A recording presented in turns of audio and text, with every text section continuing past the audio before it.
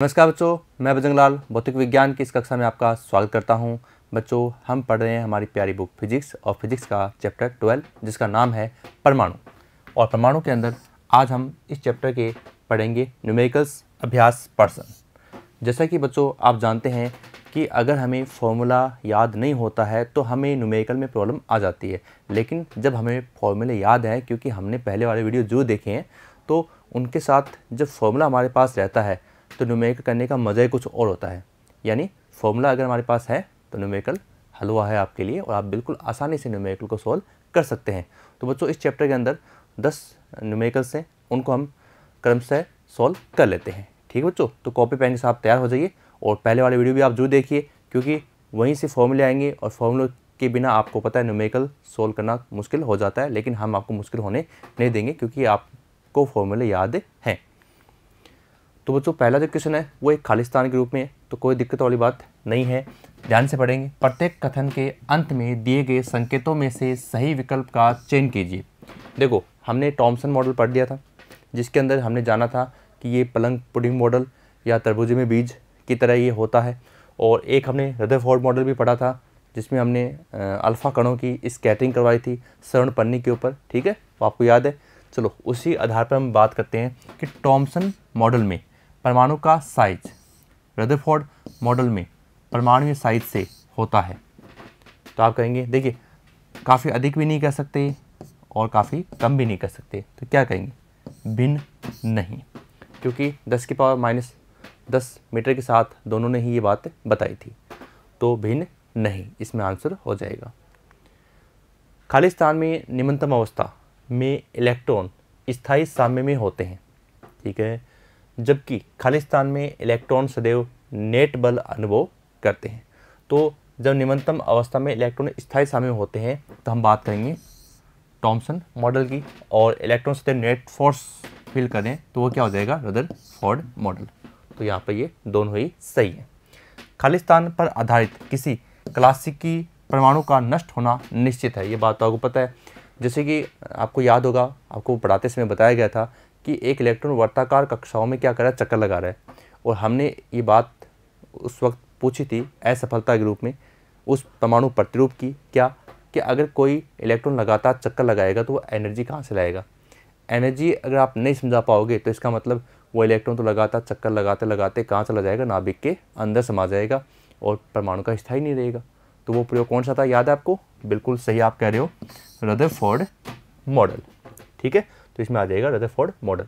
किसी परमाणु के द्रव्यमान का खालिस्तान में लगभग सतत वितरण होता है, लेकिन खालिस्तान में अत्यंत असमान द्रव्यमान वितरण होता है। आपको याद है टॉमसन मॉडल में बात क्या हुई थी कि जिस प्रकार तरबूजे में बीज होते हैं उसी प्रकार से क्या होते हैं? नाभिक के चारों ओर इलेक्ट्रॉन होते हैं। ये किसने कहा था? टॉमसन मॉडल ने। तो पहले तो ये आ जाएगा टॉमसन मॉडल, और उसके बाद में पता लगा कि ये तो अधिकांश भाग क्या होता है, इसमें खोखला होता है, और ये बात आई थी रदरफोर्ड मॉडल में। तो दूसरा आंसर आपका हो जाएगा रदरफोर्ड मॉडल। ठीक है, फिर खालिस्तान में परमाणु के धनावेशित भाग का द्रव्यमान सर्वाधिक होता है। भाई, चाहे रदरफोर्ड मॉडल की बात कर लीजिए या टॉमसन मॉडल की बात कर लीजिए, दोनों ही मॉडल में ये कहा गया था कि संपूर्ण जो नाभिक है वो धनावेश में होता है। तो ये आप कह सकते हैं कि दोनों ही मॉडल आपके सही हैं। ठीक है, तो ये आपका हो गया पहला सवाल, कोई दिक्कत नहीं है। ठीक है, हम अब बात करते हैं दूसरे सवाल की, और दूसरे सवाल में आपको बताया गया है कि मान लीजिए कि स्वर्ण पन्नी के स्थान पर ठोस हाइड्रोजन की पतली शीट का उपयोग करके आपको अल्फा कण परिकिरण प्रयोग दोहराना है। क्या करना है? जो स्कैटरिंग की थी हमने अल्फा कण परिकिरण प्रयोग में, वहाँ आपको स्वर्ण पन्नी काम में नहीं लेनी है, और आपको वहाँ पर ठोस हाइड्रोजन की एक पतली शीट आपको काम में लेनी है। ठीक है, तो हाइड्रोजन 14 केल्विन से नीचे ताप पर ठोस हो जाती है। इस कंडीशन का फ़ायदा लेते हुए हमें ये प्रयोग दोहराना है। आप किस परिणाम की अपेक्षा करते हैं? अगर ऐसा हम करेंगे तो हमारे सामने क्या नतीजे निकलने वाले हैं? तो पहले हम कुछ चर्चाओं कर लेते हैं जो चीज़ें फिक्स होती हैं। जैसे हमें पता है कि हम अल्फा कण की बात करते हैं ना, तो अल्फा कण पर आवेश जो होता है वो 2He4। भाई, आवेश की बात करें तो ये होता क्या है? 2He4। और 2He4 में ये 2 क्या है? ये 2 है। इतने इसके पास इलेक्ट्रॉन है, तो हम कह सकते हैं कि 2 इलेक्ट्रॉन का चार्ज इसके पास है। ओके, अगर हम हाइड्रोजन की बात करें तो हाइड्रोजन के पास तो 1H1 हो गया, और इसका मतलब एक इलेक्ट्रॉन का है। ठीक है, चलो त्रिज्या की बात करें तो 1.2 फर्मी, 1.2 गुणा 10⁻15 मीटर। ठीक है, और जो अल्फा कण है उसके हम बात करते हैं द्रव्यमान की, तो वह आपका 6.64 गुणा 10⁻27 kg। वैसे आपको बता दें ये होता है 4mH, यानी प्रोटॉन से 4 गुना अधिक। ठीक है, तो ये हो गया 6.64 गुणा 10⁻27 kg। और केवल हाइड्रोजन की बात करें तो हाइड्रोजन तो एक ही प्रोटॉन होगा, तो कितना हो जाएगा 1.67 गुणा 10⁻27 kg। अब इनमें आप कंपेरिजन कीजिए कि स्पष्ट है कि अल्फा कण की तुलना में हाइड्रोजन परमाणु का नाभिक कम द्रव्यमान का होता है। तो वो 2He4 है, ये 1H1 है, जिससे प्रत्यास्थ टक्कर के लिए अल्फा कण का बड़े कोणों पर परिकिरण नहीं हो पाएगा। किसमें? हाइड्रोजन में। बड़े एंगल से क्या नहीं कर सकते हम, जो परिकिरण है, स्कैटरिंग है, वो नहीं कर सकते। और क्या होगा, ये नाभिक के पास चला जाएगा, तथा जो प्रयोग आपको जो रिजल्ट हमने प्राप्त किए थे वो हमें इस प्रयोग से प्राप्त नहीं होंगे। ठीक है बच्चों, बिल्कुल आसान सी बात थी। आगे बढ़ते हैं। तीसरा क्वेश्चन है, छोटा सा लग रहा है, समझ लेते हैं। पासन श्रेणी। पासन श्रेणी का मतलब है, देखिए पहले लाइमन श्रेणी आती है, फिर बामर आती है, फिर आती है पासन। तो जो आपका इलेक्ट्रॉन है वो तृतीय कक्षा में क्या करेगा, संक्रमण करता है। विद्यमान स्पेक्ट्रमी रेखाओं की लघुत्तम तरंग दैर्घ्य यानी लैम्डा क्या होगी। चलो बात करते हैं। पासन श्रेणी के लिए आपको बताया मैंने अभी कि तृतीय कक्षा में क्या करता है, वो संक्रमण करता है, तथा न्यूनतम तरंग दैर्घ्य के लिए क्या होता है, n2 का मान अनंत होता है। कैसे भाई, तृतीय कक्षा में संक्रमण करता है तो उच्चतम कक्षा कौन सी हो जाएगी, उच्चतम कक्षा हो जाएगी उसकी 4, 5, 6 और लास्ट अनंत तक। सूत्र हमें आपको याद होना चाहिए बिल्कुल। लैम्डा की अगर आप बात करते हो श्रेणी के अंदर, स्पेक्ट्रम के अंदर, तो आपको कुछ इसी प्रकार से लिखना होगा, 1/λ बराबर RZ²। ठीक है, आर क्या है, रिडबर्ग नियतांक है, 1/N1²। ये लीजिए N1 का मान रख दिया अपन ने 3, 1/N2²। N2² में हमने लास्ट कक्षा ले ली अनंत। ठीक है, अब अनंत ले लिया तो ये तो हो जाएगा आपका 0, ये हो गया 1/9, तो कितना आ गया R/9। ठीक है, अब हमें तो लैम्डा निकालना है, तो उल्टा कर दीजिए। तो लैम्डा बराबर 9/R, तो 9 गुणा 912 एंगस्ट्रॉम, सेल कर दिया हमने, और हमारा आंसर आ गया 820.8 नैनोमीटर। अगला क्वेश्चन बच्चों, 2.3 EV ऊर्जा अंतर किसी परमाणु में 2 ऊर्जा स्तरों को पृथक कर देता है। उत्सर्जित विकिरण की आवृत्ति क्या होगी। आवृत्ति पूछ रहा है, यदि परमाणु में इलेक्ट्रॉन उच्च स्तर से निम्न स्तर में संक्रमण करता है। चलो सोल्व करते हैं। सबसे पहले बात करते हैं कि जो ऊर्जा दी हुई ना आपको, उत्सर्जित ऊर्जा, वो कितनी है, वो 2.3 इलेक्ट्रॉन वोल्ट है। ओके, अब इलेक्ट्रॉन वोल्ट है तो चेंज कर दिया हमने जूल में। 1 EV में कितने जूल होते हैं, 1 EV में होते हैं 1.6 गुणा 10⁻19 जूल। ठीक है, तो हमने इलेक्ट्रॉन वोल्ट की जगह कर दिया 1.6 गुणा 10⁻19 जूल। ठीक है, अब उत्सर्जित विकिरण की जो आवृत्ति होती है ना, वो होती है बच्चों फ्रीक्वेंसी होती है, आपको पता है ये व्यू कैसे, एच व्यू बराबर EN2 माइनस EN1, यानी उच्च कक्षा से मान लीजिए निम्न कक्षा में आ रहा है तो EN2 माइनस EN1। ठीक है, अब व्यू का मान हम सोल्व करते हैं, तो देखो EN2 माइनस EN1 आपको पता है पहले से, 2.3 गुणा 1.6 गुणा 10⁻19। ठीक है, और बट्टा में क्या है, H है, तो H का मान भी हमें पता है 6.62 गुणा 10⁻34, और ये आ गया 5.55 गुणा 10⁻14 हर्ट्ज। ठीक है, हमें तो आवृत्ति की बात करें। चलो, अब हाइड्रोजन परमाणु की निम्नतम अवस्था, बहुत शानदार क्वेश्चन है, एग्जाम में आया हुआ है और दोबारा भी आने का चांस रहेगा। तो हाइड्रोजन परमाणु की निम्नतम अवस्था है, उसमें ऊर्जा आपको पता है कितनी होती है, -13.6 EV होती है। सूत्र क्या होता है, -13.6 अपॉन N² EV। ठीक है ना, मूल कक्षा की बात करें, प्रथम कक्षा की, तो n का मान जब 1 रखेंगे तो कितनी आएगी, -13.6 EV, ये तो आएगी। इस अवस्था में इलेक्ट्रॉन की गतिज और स्थितिज ऊर्जाएं क्या होगी। दोबारा कर रहा हूँ, बहुत शानदार क्वेश्चन है, एग्जाम में आ चुका है और दोबारा भी आने का चांस रहेगा। सोल्व करते हैं कि हमें पता है ऊर्जा का मान कितना है, -13.6 EV है। ठीक है, इलेक्ट्रोवोल्ट EV बाहर भी लिख सकते हैं, यहाँ भी कर सकते हैं इसको। तो कुल ऊर्जा की बात करें तो वो क्या होती है आपकी E बराबर माइनस E के गति ऊर्जा, और स्थिर ऊर्जा की बात करें तो वो क्या हो जाएगी, वो प्रारंभिक की क्या हो जाएगी, उसमें भाई आधी रह जाएगी तो U/2 हो जाएगी, और गति ऊर्जा क्या होगी, दुगना रह जाएगी। ठीक है, अब सॉल्व करते हैं। तो U का मतलब आप समझ चुके हैं, U का मतलब क्या होता है, स्थितिज ऊर्जा होता है। E के तो बराबर हो गई गति ऊर्जा 13.6 इलेक्ट्रॉन वोल्ट। ठीक है, और U बराबर क्या हो जाएगा 2E, कितना हो जाएगा -2 गुणा 13.6, सॉल्व कर देंगे 27.2 इलेक्ट्रॉन वोल्ट। ठीक है, चलो आगे बढ़ते हैं। क्वेश्चन नंबर 6, निम्न अवस्था में विद्यमान एक हाइड्रोजन परमाणु एक फोटोन को अवशोषित करता है जो इसे n बराबर 4 स्तर तक उत्तेजित कर देता है। फोटोन की तरंगदैर्घ्य तथा आवृत्ति ज्ञात कीजिए। करें, चलो हमें क्या निकालना है, फोटोन की तरंगदैर्घ्य और आवृत्ति निकाल देते हैं भाई। और साथ में कह रहा है कि n2 बराबर क्या है 4, n बराबर 4 स्तर तक उत्तेजित करता है। चलो, तो n1 बराबर 1 और n2 बराबर 4, यानी 4 स्तर तक क्या करता है, उसको उत्सर्जित करता है। सूत्र आपको याद है, कोई दिक्कत नहीं है। अब देखो z का मान अपन ने कर दिया यहाँ पर 1 करते यहाँ से z उड़ जाएगा, मतलब गायब हो जाएगा, हट जाएगा। 1/λ बराबर r। देखो n1 प्रथम कक्षा में 1 कर दिया, और चतुर्थ कक्षा में कितना कर दिया 4 का स्क्वायर, तो 4 का स्क्वायर कितना आएगा 16 आएगा। इसको हम सोल्व कर देंगे तो कितना आ जाएगा 15/16, और गुणा में क्या है r है, लीजिए r आ गया। अब रिवर्स कर दो क्योंकि हमें तो लेमडा निकालना है, और 1/r का मान आपको पता है 912 एंगस्ट्रॉम होता है। सेल कर देंगे, ये हमारा आंसर आ गया 97.27 नैनोमीटर। किसका आंसर आ गया, तरंगदैर्घ्य का। ठीक है, तरंगदैर्घ्य का आ गया। अब आवर्ती निकालनी है, तो तरंगदैर्घ्य और आवर्ती परस्पर क्या होते हैं, व्युत्क्रमानुपाती होते हैं। व्युत्क्रमानुपाती होते हैं तो बराबर करेंगे, नियतांक आएगा c होता है प्रकाश का वेग। तो देखो c का मान रख दिया 3 गुणा 10 की 8 मीटर पर सेकंड में होता है, और लैम्डा ये आपका एंगस्ट्रॉम में या नैनो में जो भी है इसमें अपन यहाँ पर रख देंगे, और इसको सॉल्व कर देंगे। ये आ गया हमारा फ्रीक्वेंसी का मान, आवर्ती का मान 3.1 गुणा 10⁻15 हर्ट्ज।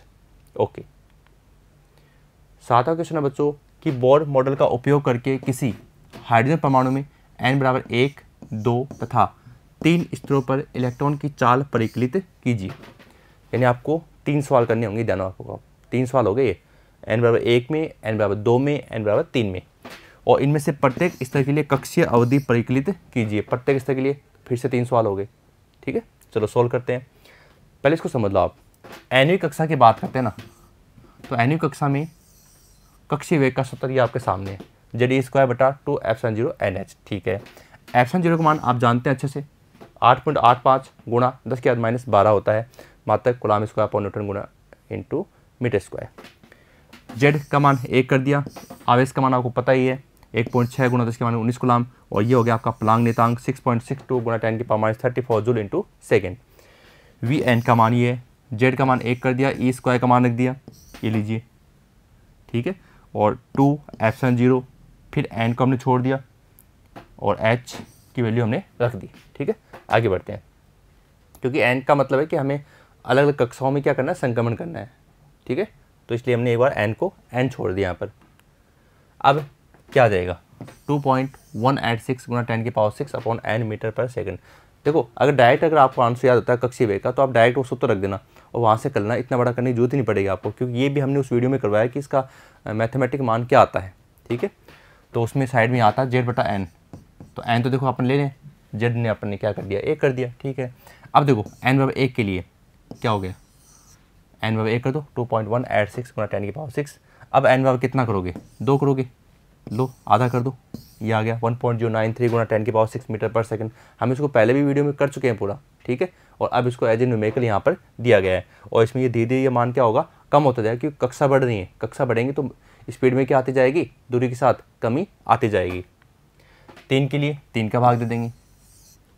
ओके, और ये आ गया 0.729 गुणा 10⁻6 मीटर पर सेकेंड। ओके, अब इलेक्ट्रॉन की कक्षा की त्रिज्या की बात करें, हमें तो वैसे याद है क्या 0.529 एंगस्ट्रॉम बोर त्रिज्या, चलो फिर भी कर लेते हैं। Rn बराबर ये लीजिए प्रथम कक्षा के लिए आ जाएगी आपकी, अगर आप n का मान 1 करोगे, और द्वितीय कक्षा में आप n का मान 2 करोगे 4 हो जाएगी, तृतीय कक्षा में 9 यानी 3 का स्क्वायर, मतलब n स्क्वायर r के रूप में। ये वैसे हम पढ़ चुके हैं, 1:4:9 आता है इनका, तो ये मान अपन ने निकाल दिया। चलो आगे बढ़ते हैं। अब जैसे कि हमने ये तीनों त्रिज्या में मान निकाल दिया, कोई दिक्कत नहीं है। अब देखो क्या होता है, ये मान क्यों निकालें, उसका कारण ये है कि कक्षीय काल पूछेगा, आवर्तकाल, तो ये हो जाएगा समय बराबर दूरी बटा चाल। तो वर्ताकार पथ की जो दूरी होती है ना, वर्ताकार पथ की दूरी, वो क्या होती है 2πr/v। अब 2π ओके, r का मान प्रथम कक्षा से बात करें, v का मान ये लीजिए रख दिया, सोल्व कर दिया, ये मान आ गया ओके। अब T2 कर दो, T2 में द्वितीय कक्षा से बात होगी, द्वितीय कक्षा में त्रिज्या तो देखो 2 का स्क्वायर हो जाएगी 4, और स्पीड हमने निकाली थी उसके अंदर, स्पीड भी तो कक्षा के हिसाब से आएगी ना भाई। इसमें n/1 प्रथम कक्षा के लिए है, देखो 1 लिखा हुआ है, फिर द्वितीय कक्षा के लिए आ गया, तो यह आ गया द्वितीय कक्षा के लिए, और तृतीय कक्षा में यहाँ 3 का स्क्वायर कर देंगे n की वैल्यू, और यहाँ पर तृतीय कक्षा का वेग आ जाएगा, और ये इसका आंसर आ गया। ठीक है बच्चों, चलो आगे बढ़ते हैं। क्वेश्चन नंबर 8, वो क्वेश्चन बड़ा जो लग रहा था आपको पहले वाला, लेकिन वो है बिल्कुल आसान, और आपके कंसेप्ट भी उसमें क्लियर हो जाएंगे। ठीक है, हाइड्रोजन परमाणु में अंतरतम इलेक्ट्रॉन कक्षा की त्रिज्या 5.3 × 10⁻11 मीटर है। कक्षा n/2 और n/3 की त्रिज्याएं क्या हैं? ऐसे सवाल एग्जाम में आते हैं बच्चों, इसे ध्यान से समझ लेना। इसको आपको दिया गया है कक्षा की त्रिज्या, ठीक है, और हमें पता है कि जो त्रिज्याएं होती है ना वो इस क्रम में होती हैं, तो दूसरे के लिए हो जाएगी, तीसरे के लिए हो जाएगी ये, तो 4 × 5.3 0.529 5.3 कर दिया हमने, सोल्व कर दिया ओके। ये हो गया तीसरे के लिए, प्रथम, द्वितीय और तृतीय। क्लियर, चलो आगे बढ़ते हैं। अब कमरे के ताप पर गैसीय हाइड्रोजन पर किसी 12.5 eV की इलेक्ट्रॉन पुंज की बमबारी की गई, किन तरंगदैर्घ्यों की श्रेणी उत्सर्जित होगी? 12.5 eV। तो पहले तो हम ये देखेंगे कि 12.5 eV किस स्तर तक की एनर्जी है। जैसे प्रथम स्तर में आपको पता है कितना होता है, -13.6, तो -13.6 बटा n² eV, ये हमारा फॉर्मूला होता है। उस फॉर्मूले के हिसाब से हम देखेंगे किस स्तर तक की ये ऊर्जा आपको प्राप्त हो रही है, इस सवाल में दिया गया है। तो बात करते हैं इलेक्ट्रॉन पुंज की ऊर्जा, वो है 12.5 इलेक्ट्रॉन वोल्ट, कोई दिक्कत नहीं है। मूल अवस्था में हाइड्रोजन के इलेक्ट्रॉन की ऊर्जा आपको याद है -13.6, फॉर्मूला याद होना चाहिए, -13.6 बटा n² eV। ठीक है, तो n/1 कर दिया तो आ गया -13.6। अतः इलेक्ट्रॉन पुंज की बमबारी से हाइड्रोजन के कक्षीय इलेक्ट्रॉन की ऊर्जा वो हो जाएगी -13.6 + 12.5 तो कितनी होगी -1.1 eV।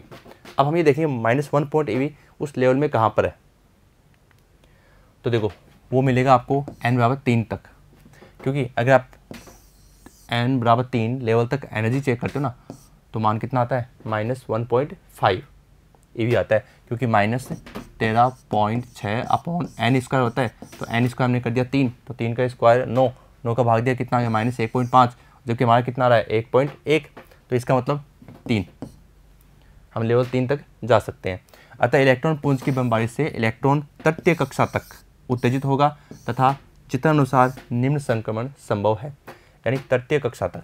अब देखो अगर तृतीय कक्षा तक है तो एनर्जी आपको पता है -1.5 eV, और सेकंड का आपको पता है -3.4 eV, और प्रथम मूल अवस्था आपको ध्यान है -13.6 eV।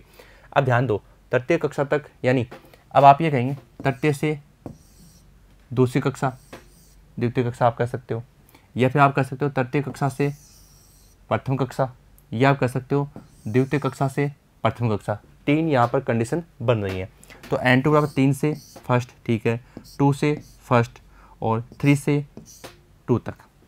ठीक है, आपको पता है अगर वो प्रथम कक्षा में आता है तो प्रथम कक्षा में तो जिस श्रेणी में संक्रमण करता है उस श्रेणी का नाम है लाइमैन श्रेणी। अगर प्रथम कक्षा में आ रहे हैं तो 2 कंडीशन ऐसी हैं जिसमें ये प्रथम कक्षा में आ रहा है, एक तो 3 से 1 में और एक 2 से 1 में।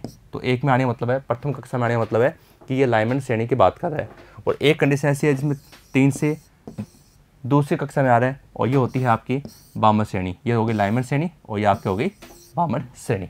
ठीक है, चलो आगे बढ़ते हैं। अब HU बराबर होता है बच्चों HC/λ। कैसे भाई, E बराबर HC/λ, बिल्कुल ध्यान, हमें फोटोन वाले वीडियो में हम पूरा पढ़ चुके हैं इसको। और बराबर क्या है एनर्जी, ठीक है। अब सोल्व करते हैं। हमें निकालनी क्या है, हमें तो लेमडा निकालनी है। लेमडा निकालनी है तो लेमडा को ऊपर भेजो ना, और इसको नीचे ले आओ, तो H C upon delta E joule में। ओके, अब देखो ये जूल में ना, इसको जूल में करना पड़ेगा अपने को, क्योंकि हमारे मान तो ईवी में है, तो एच सी के मान तो फिक्स रहेंगे और बस ये मान आपको चेंज करने होंगे। चलो बात करते हैं। 3 से 1 में संक्रमण कर रहा है, ध्यान देना 3 से 1 में कर रहा है। मैंने कहा एच और सी के मान तो होंगे फिक्स, कोई दिक्कत नहीं है। अब 3 से 1 में कर रहा है तो देखो ऊर्जा कितनी है, 3 में ऊर्जा कितनी होती है -1.5, फिर उसमें से माइनस करो प्रथम कक्षा के लिए, वो भी क्या है माइनस है, तो माइनस माइनस क्या हो जाएगी प्लस। अब इसको सोल्व कर देंगे, कितनी बच गई 12.1, और वो मान किस में था, ईवी में था, और ईवी के बराबर कितने जूल होते हैं 1.6 गुना 10⁻19 जूल होते हैं। ये आपने यहाँ सोल्व कर दिया, ठीक है। अब ये सोल्व कर दिया तो हमारा जो आंसर है बच्चों वो आ जाएगा 102.6 नैनोमीटर, ठीक है। चलो आगे बढ़ते हैं। अब 2 से 1 की बात करते हैं, तो अब कोई दिक्कत नहीं है। 2 की ऊर्जा माइनस माइनस में, भाई प्रथम कक्षा ये सारी ऊर्जा कैसे आती है, नेगेटिव आती है, हम तो दूसरे में से पहला घटा रहे हैं, तो दोनों मान नेगेटिव है, तो नेगेटिव मान फिर माइनस फिर नेगेटिव मान, तो माइनस माइनस क्या हो जाएगा प्लस हो जाएगा फिर से, और वही हम ईवी को चेंज कर देंगे जूल में, और हमारा आंसर आ गया 121.7 नैनोमीटर। फिर एक और 3 से 2 में, चलो 3 से 2 में आ जाओ, तो एच का मान प्रांगनितांक और ये प्रकाश का वेग सी का मान हो गया, ठीक है। अब वही तीसरी कक्षा की एनर्जी -1.5, दूसरी कक्षा एनर्जी -3.4, माइनस माइनस हो गया प्लस, ये ईवी में था इसको चेंज कर दिया जूल में, 1 ईवी बराबर होता है 1.6 गुणा 10⁻19 जूल। सोल्व कर दिया, और सोल्व करने के बाद जो हमारा आंसर आ रहा है वो ये आंसर हमारा आ गया 653.2 नैनोमीटर। अब जो इसमें लास्ट सवाल है 10वां प्रश्न, बोर मॉडल के अनुसार सूर्य के चारों ओर 1.5 गुणा 10⁻11 मीटर त्रिज्या की कक्षा में 3 गुणा 10⁻4 मीटर पर सेकंड के कक्षीय वेग से परिक्रमा करती पृथ्वी की अभिलाषणिक क्वांटम संख्या ज्ञात कीजिए। पृथ्वी का द्रव्यमान हमें दिया गया है 6.0 गुणा 10⁻24 kg। तो देखो बच्चों सोल्व कर लेते हैं, कोई दिक्कत वाली बात नहीं है। कक्षा की त्रिज्या है, आर का मान 1.5 गुणा 10⁻11 मीटर है। ओके, अब वेग हमें कितना दिया गया है, वेग हमें हमारे पास है 3 गुणा 10⁻4 मीटर पर सेकंड है। ओके, पृथ्वी का द्रव्यमान m बराबर 6 गुणा 10⁻24 kg हमें सवाल में दिया गया है। अब बोर के क्वांटम सिद्धांत से हमें पता है कि इलेक्ट्रॉन उन्हीं वर्ताकार कक्षाओं में चक्कर लगाते हैं जिनमें उनका कोणीय संवेग क्या होता है, h/2π का नंबर होता है, पूर्ण गुणज होता है, ठीक है। तो mvr बराबर nh/2π। अब हमें n की बात करते हैं, तो नंबर की बात करते हैं, तो देखो क्या करेंगे 2π को ऊपर भेज दो, तो हो गया 2π mvr बट्टा में h, ठीक है। अब 2π, अब देखो m हमें दिया गया v 3 गुणा 10⁻4 मीटर पर सेकंड, और r 1.5 गुणा 10⁻11 दी हुई है। ओके, और ये अपना क्या हो गया, h का मान प्लांक नियतांक 6.626 गुणा 10⁻34। ओके, इसको सोल्व कर दिया, कितना आ गया 2.56 गुणा 10⁻74। बहुत बड़ा मान प्राप्त हुआ है, ये क्वांटम संख्या बहुत ज़्यादा बड़ी है, अत्यधिक बड़ी है, ठीक है। तो बच्चों इस प्रकार से हमने इस चैप्टर के जो 10 न्यूमेरिकल हैं वो पूरे सोल्व कर लिए। जैसे कि आपने देखा है कि हमारे पास अगर फॉर्मूला हमें याद है तो हमें न्यूमेरिकल में कोई समस्या नहीं आई, लेकिन अगर हम सीधा न्यूमेरिकल करने बैठ जाएंगे तो हमें समस्या आएगी। तो इसलिए हमें पहले इस चैप्टर के सारे वीडियो पूरे देखने हैं, और उसके जो कंसेप्ट हैं, जो फॉर्मूले हैं, वो एक कॉपी में लिखने हैं, और जब न्यूमेरिकल सोल्व करो तो वो फॉर्मूले आपके पास होने चाहिए या आपको याद होने चाहिए। तो बच्चों इस प्रकार से हमने परमाणु वाले चैप्टर के न्यूमेरिकल कर लिए हैं। अब बच्चों नेक्स्ट जो चैप्टर होगा वो है हमारा नाभिक, और नाभिक के लिए बच्चों मिलते हैं नेक्स्ट वीडियो में। धन्यवाद।